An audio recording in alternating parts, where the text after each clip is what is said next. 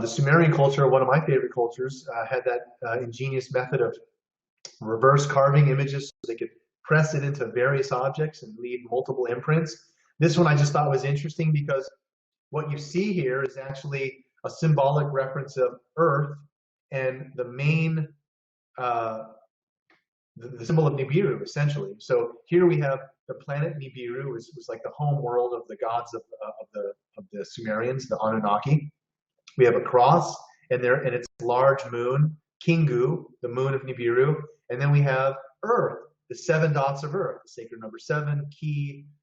Earth is always represented as the 7 dots, and it has its moon with it, its crescent moon. So I always thought that was just kind of an interesting seal. Now, what's interesting about the Sumerian culture, again, is their style of writing. They had this cuneiform script, which, again, was kind of a large oversized screwdriver. They would turn it and twist it in the clay and make these characters. They'd also write sometimes on semi-precious stones, and recorded not only daily events of like, I trade you so many things of barley for a donkey, what have you, but they also recorded astronomical information. And in some of these tablets, they recorded information over thousands of years. A lot of these tablets are actually on display in various museums, and others are not on display, meaning they're literally, shoved in a drawer or in a locker. There are literally thousands of tablets still in the Louvre and in the British Museum that just need the proper grants to access academically and translate. There could be certain plants and penicillins and things that could help the body, or things that we don't understand, based on the wealth of information. Wealth of information that they've left us astronomically. Sorry for the feedback, folks. Little neck scratch. Now, again, other cultures have this knowledge of this larger cycle of time, and the Mayans were a great example where they were put out of context with not fully understanding the right context, that their 2012 calendar didn't end in 2012. It was just an age ending, just like any clock will tick into a new time frame. So one of their calendars, they actually had 3 calendars, 3 different ways how they track time. One of them was a long count calendar. It's more of like a prediction-based calendar, And what's interesting about their prediction-based calendars, it made more long-term predictions. They weren't always accurate. One of their Baktuns predicted a time frame for when their god Kukulkan was going to return. The same time frame for Kukulkan's return, one day this huge ship with white sails and these people with gleaming armor and amazing wardrobes step off and greet the Mayans in a very honorable way. And they think it's Kukulkan's crew. And they're like, wow, here we go. The gods have returned. Bring out the gold, bring out the women, bring out the food. You guys are it. Here you go. Have everything. Take our culture.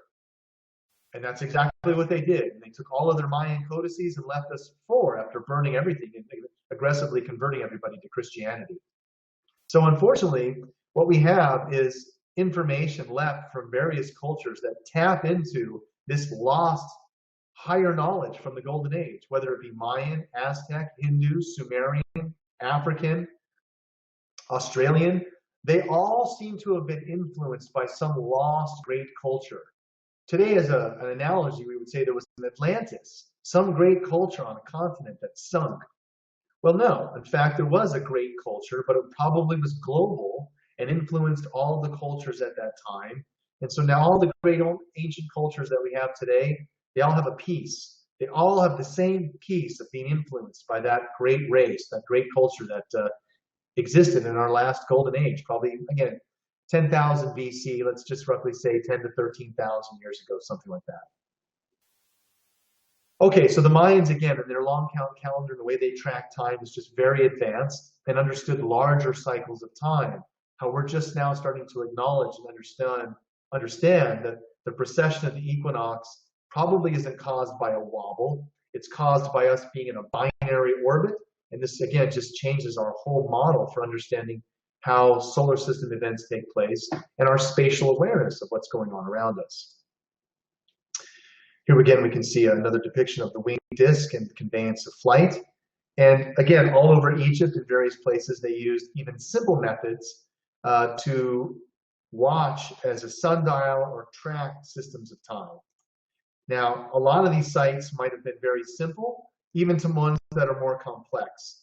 The Egyptians went to great lengths also not only tracking these cycles of time, but showed their access or ways that they tracked the right times for them to take either the pharaoh into their next journey or preparing the soul to go into this next phase or next dimension of existence.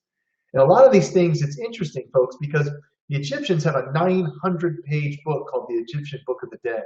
The Mayans have similar information, where they go to great lengths preparing the pharaoh's knowledge for the afterlife. There's something to this, folks. Now, all of the information we have today, and I'm side noting again, but this is good stuff. There's something to the afterlife experience, near-death experiences. There's someone named Raymond Moody, you can Google him, and near-death experiences where over 400 cases have been analyzed from different hospitals and doctors around the world, having patients describe the same near-death experience. The tunnel of light, out of body, I saw you moving me into the tunnel out of the elevator, you were operating that machine, my mom was coming down here. There's no way they could explain these things. The ancients seem to tap into this near-death experience knowledge much deeper than we do.